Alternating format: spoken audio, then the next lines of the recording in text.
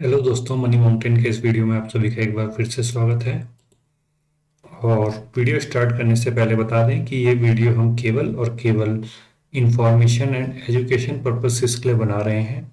तो आज हम देखेंगे एक ऐसी कंपनी जो डिविडेंड पे करने में काफ़ी अच्छा ट्रैक रिकॉर्ड रहा है, जिसका डिविडेंड पे करने का, और कंपनी ने अच्छी खासी ग्रोथ भी दिखाई है एक डिकेड में।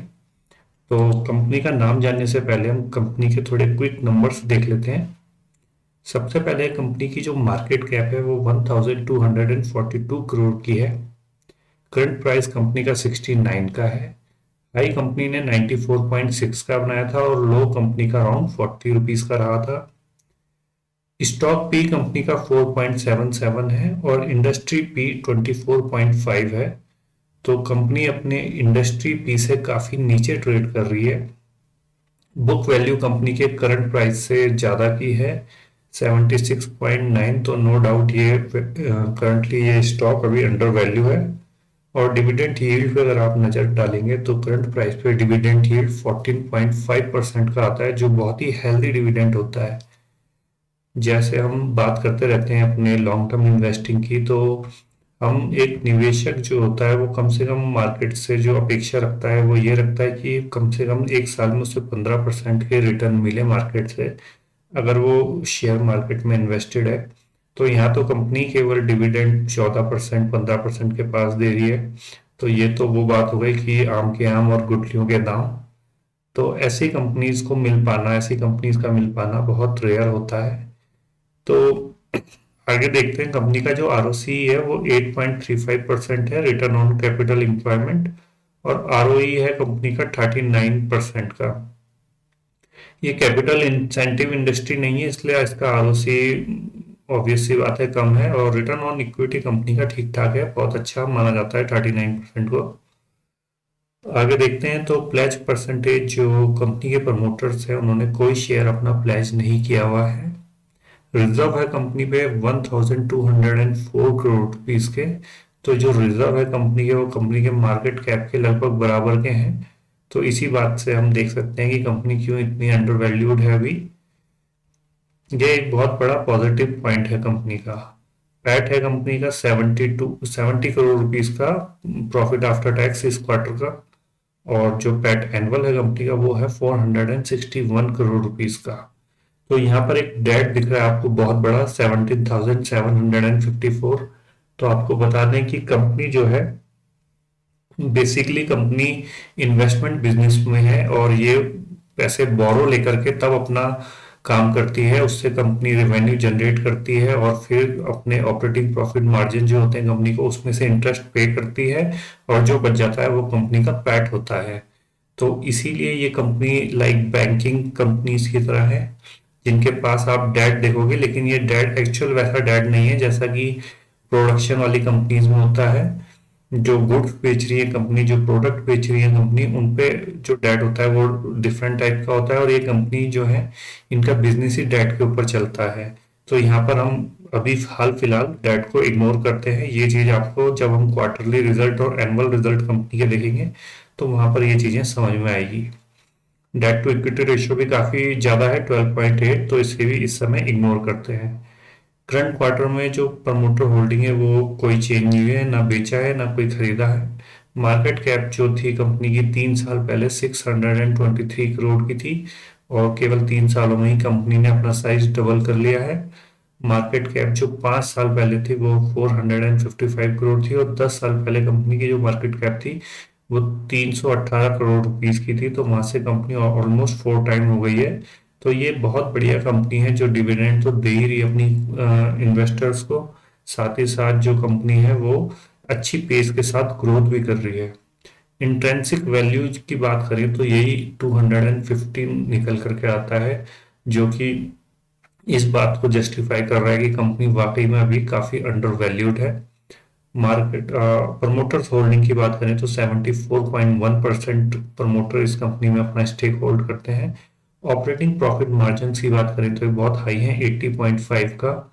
और बहुत अच्छी बात है ये। और रिटर्न ओवर 3% कंपनी ने अच्छे दिए हैं, 28.7% के। कंपनी के पास 2,482 करोड़ रुपीस के फ्री कैश फ्लो अवेलेबल है। और एक नया मैंने अभी पुराने वीडियोस जो थे उसके अलावा जो अभी ये फ्रेश वीडियो आ रहा है, इसमें एक नया रेशियो मैंने इंक्लूड करा है, पीईजी रेशियो, मतलब price earning to growth ratio. ये है 0.07। थोड़ा पीजी रेशियो समझ लेते हैं ये क्या होता है। कंपनी के कुछ पैरामीटर्स होते हैं जिससे हम वैल्यू करते हैं कि कंपनी इस समय ओवर वैल्यूड है या अंडर वैल्यूड है। सबसे पहली चीज तो जो बहुत नॉर्मल सी है, वो हम स्टॉक पी देख लेते हैं और इंडस्ट्री पी से उसका कंपैरिजन कर लेते हैं। तो यहाँ पर आप देख सकते हो कि ऑलमोस्ट 6 टाइम नीचे है, 1/6 है अपने इंडस्ट्री पी का। तो एक आइडिया आपको यहाँ से लग गया कि स्टॉक काफी सस्ता है इस समय। लेकिन दूसरा जो पीजी रेशियो है, ये एक्सक्लूसिवली स्टॉक के बारे में बताता है, ये किसी से कंपैरिजन नहीं कर रहा है, ये केवल और केवल जो स्टॉक की कहानी है वो बताता है। तो अगर 0 से 1 के बीच में पीईजी रेशियो है, थोड़ा इस चीज को आप गौर से सुनना, पीजी रेशियो अगर 0 से 1 के बीच में है तो कंपनी अंडर वैल्यू है। पीजी रेशियो अगर 1 से ऊपर है तो कंपनी ओवर वैल्यूड है, यानी कंपनी उस समय महंगी है। लेकिन अभी ये 0 से 1 के बीच में है और जीरो के ज्यादा नजदीक है, इसलिए ये काफी सस्ती है। 0.07 है, मतलब 9.93 और ऊपर होती तब जाकर के 1 में पहुंचती, और तभी भी ये अंडर वैल्यूड ही रहती। तो अभी पूरी तरह से कंपनी अंडर वैल्यूड है। और अगर ये पीईजी रेशियो नेगेटिव में है, इसका मतलब है कि कंपनी के जो प्रॉफिट्स हैं वो कम हो रहे हैं या कंपनी के प्रॉफिट्स नेगेटिव है। तो उसको तो बिल्कुल ही अवॉइड करना है। तो ये बिल्कुल अभी आइडल जो कंडीशन है वहां पर है कंपनी, इसका पीईजी रेशियो 0.07 है। तो अब बात करते हैं, कंपनी का नाम है पीएनबी गिल्ड्स लिमिटेड।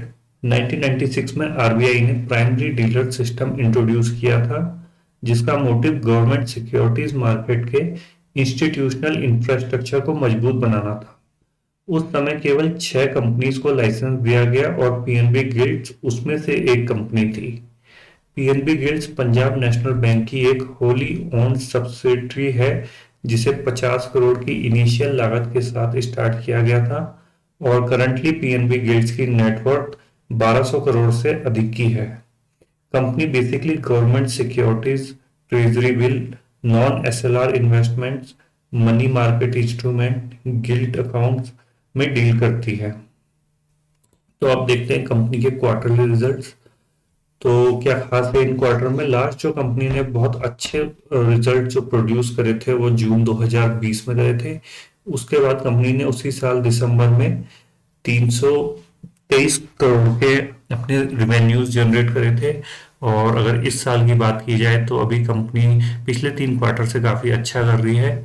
मार्च में 184, देन 215 एंड फाइनली सितंबर 2021 में जो क्वार्टर एंड हुआ है उसमें 271 करोड़ के कंपनी ने रिवेन्यूज जनरेट करे हैं। साथ ही साथ इसी साल कंपनी ने हाईएस्ट ऑपरेटिंग प्रॉफिट मार्जिन 85% के साथ 230 का ऑपरेटिंग प्रॉफिट कमाया है।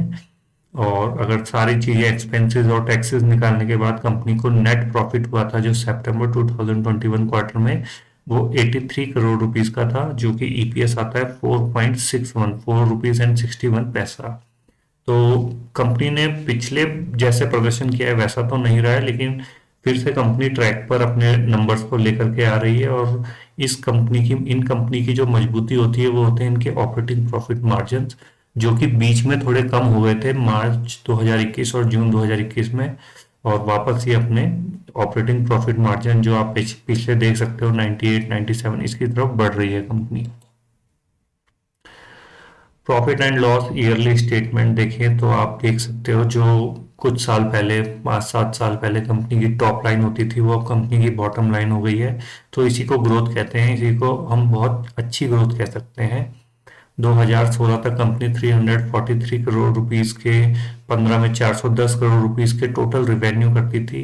और अभी जो 2020 21-22 में आप देखोगे और टीटीएम आंकड़े जो है 12 ट्रेलिंग 12 मंथ के जो आंकड़े हैं उसमें देख सकते हो आप 454 करोड़ एंड 276 करोड़ रुपीस के कंपनी केवल नेट प्रॉफिट अपने शो कर रही है। ईपीएस कंपनी का जो अभी टीटीएम आ रहा है वो आ रहा है 15.32 का। और कंपनी बहुत अच्छा डिविडेंड पे आउट करने का कंपनी का हिस्ट्री रहा है और कंपनी बहुत बढ़िया डिविडेंड पे कर रही है। कंपनी का जो कोर बिजनेस है वो पैसा लेकर के अपना रेवेन्यू जनरेट करना है, इन्वेस्टमेंट के थ्रू। और यहाँ पर आप देखेंगे कि कंपनी ने जो सेल्स करी है, अगर आप टीटीएम की बात करें 992 करोड़ रुपीस की सेल्स करी है, और ऑपरेटिंग प्रॉफिट कंपनी को 799 हुए हैं। अब जो कंपनी ने पैसा ले रखा था, जो हमने इनिशियली देखा था कि कंपनी पे इतना हाई डेट है, तो वहां पर कंपनी ने एक इंटरेस्ट पे करा है 418 रुपीज का, 418 करोड़ रुपीस का अपना पे करा है। उसके बाद कंपनी को जो लास्ट में पैसा बच जाता है 276 करोड़ रुपीस, ये कंपनी की नेट इनकम, नेट प्रॉफिट हो जाता है कंपनी को। तो इस प्रकार से ये इनका बिजनेस मॉड्यूल ऐसा ही रहता है, ये मार्केट से पैसा उठाते हैं या जो भी इनकी पेरेंट एजेंसी है वहां से ये पैसा लेते हैं और उनको इंटरेस्ट पे करते हैं, और उसी पैसे के थ्रू, इन्वेस्टमेंट के थ्रू ये लोग अपनी कमाई करते हैं, और ऐसा ही इनका बिजनेस चलता है। तो ये मेन रीजन था कि ऐसी कंपनियों में या बैंकों में या फाइनेंशियल ऐसी कंपनीज जो होती हैं उन पे डेट इतना हैवी क्यों रहता है। नेक्स्ट है बैलेंस शीट, और बैलेंस शीट में आप देख सकते हैं कि ये 2014 से कंपनी की जो शेयर कैपिटल है वो कांस्टेंट रही है, रिजर्व कंपनी के अच्छी पेस के साथ बढ़े हैं।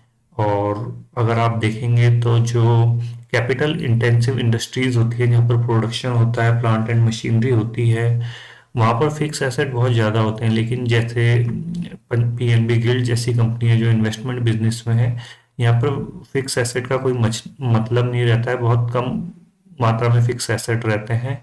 और जो इनकी जो फंड होते हैं वो एक्चुअली इन्वेस्टमेंट पे लगे रहते हैं, वहीं से इनको इनकम जनरेट होती है। रेशोज की बात की जाए तो जो इन्वेस्टमेंट कंपनीज होती हैं उनके साथ सबसे अच्छी बात ये होती है कि डेटर डेज उनके ऑलमोस्ट नील होते हैं, और यहाँ पर भी कंपनी के डेटर डेज 0 हैं। तो जितने कम डेटर डेज होते हैं उतना ही अच्छा कंपनी के लिए होता है। इसका मतलब ये होता है कि जो भी सर्विस कंपनी प्रोवाइड कर रही है उसका पैसा उनको तुरंत उसी टाइम मिल जा रहा है। अभी कंपाउंड सेल ग्रोथ की बात करें तो 10 सालों में कंपनी 26% के CAGR के साथ कंपाउंड सेल्स ग्रोथ शो कर रही है, जो कि बहुत अच्छा है। रिटर्न ऑन इक्विटी भी काफी अच्छा है और ये सुधरने में लगा हुआ है। 10 साल पहले 15 था, अभी लास्ट ईयर 39% का है। कंपाउंड प्रॉफिट ग्रोथ की बात करें तो 3 साल में ये बहुत बेहतरीन रहा है, 569% का। हालांकि टीटीएम आंकड़े निगेटिव हैं। स्टॉक प्राइस जो CAGR के साथ बढ़ा है वो 10 सालों में 14-15% की दर से बढ़ा है, और पिछले 3 साल और 1 साल में ये फिनोमिनल रहा है। शेयर होल्डिंग पैटर्न की बात करें तो कांस्टेंट है। शेयर होल्डिंग जो प्रमोटर का स्टेक है वो 74.07 पे कांस्टेंट है कई टाइम से, और जो इसकी पेरेंट एजेंसी है वो है Punjab national bank, PNB guilds की। और छोटी सी मात्रा में इसमें एफआईआईस हैं, और जो कि जून 2020 के बाद आप देख सकते हैं दिसंबर 2020 से कंटिन्यूस अपना स्टेक बढ़ा रहे हैं। बहुत छोटी मात्रा पे डीआईआई है, और 25.44% के साथ पब्लिक इस कंपनी में बनी हुई है। तो दोस्तों ये थी पीएनबी गिल्ड्स, और एक छोटे आकार की कंपनी, इन्वेस्टमेंट कंपनी, जो कि बहुत अच्छी गवर्नमेंट कंपनी, जो कि अपने शेयर होल्डर्स को बहुत अच्छा डिविडेंड पे करती है। और ये इसीलिए फेमस है कंपनी क्योंकि ये सबसे ज़्यादा डिविडेंड पे कर रही है, और छोटा होने, साइज होने के साथ साथ ये पेस भी दिखा रही है, अपना ग्रोथ भी पकड़ रही है। कंपनी ने के शेयर ने पिछले कुछ टाइम में बहुत अच्छा ग्रोथ दिखाई थी। 30-40 रुपए से कंपनी 90-100 रुपए के पास पहुंची थी। उसके बाद थोड़ा कंपनी का शेयर प्राइस इसका नीचे आया था, लेकिन ओवरऑल देखा जाए तो इन्वेस्टमेंट सेक्टर की एक अच्छी कंपनी है, जिसने पिछले 10 सालों की अगर बात करें, जैसे हमने डाटा देखा, तो वहां से अपने साइज को 4 टाइम्स किया है, और साथ साथ अपने इन्वेस्टर्स को रेगुलर डिविडेंड भी पे किया है।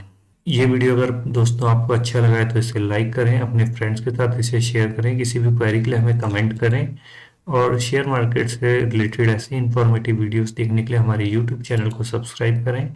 And thanks for watching this video.